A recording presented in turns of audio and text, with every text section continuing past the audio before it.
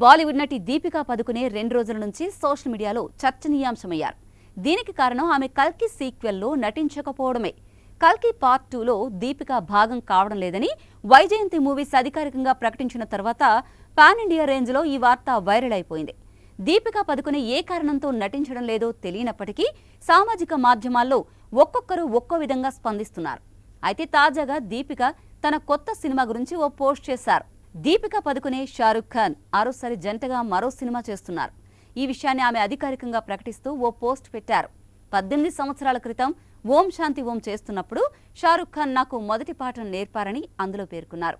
ఒక సినిమాతో మనం ఏం నేర్చుకున్నాం, ఎవరితో కలిసి పని చేస్తున్నామనే విషయాలే ఉంటాయని, కానీ సినిమా విజయం కంటే ఎంతో ముఖ్యమైన విషయాల్ని ఆయన చెప్పారని గుర్తు చేసుకున్నారు.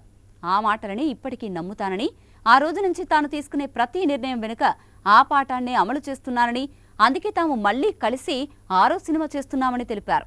సిద్ధార్థానంద్ దర్శకత్వంలో తెరకెక్కుతున్న కింగ్ సినిమాలో వీరిద్దరూ కలిసి నటిస్తున్నారనే విషయం తెలిసిందే. కల్కి నుంచి ఆమెను తప్పించిన తర్వాత ఈ పోస్ట్ చేయడంతో నెట్టింట వైరల్ అవుతోంది.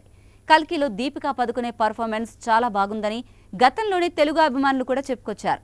తన క్యారెక్టర్లో ఆమె లీనమై నటించారని ప్రశంసించారు.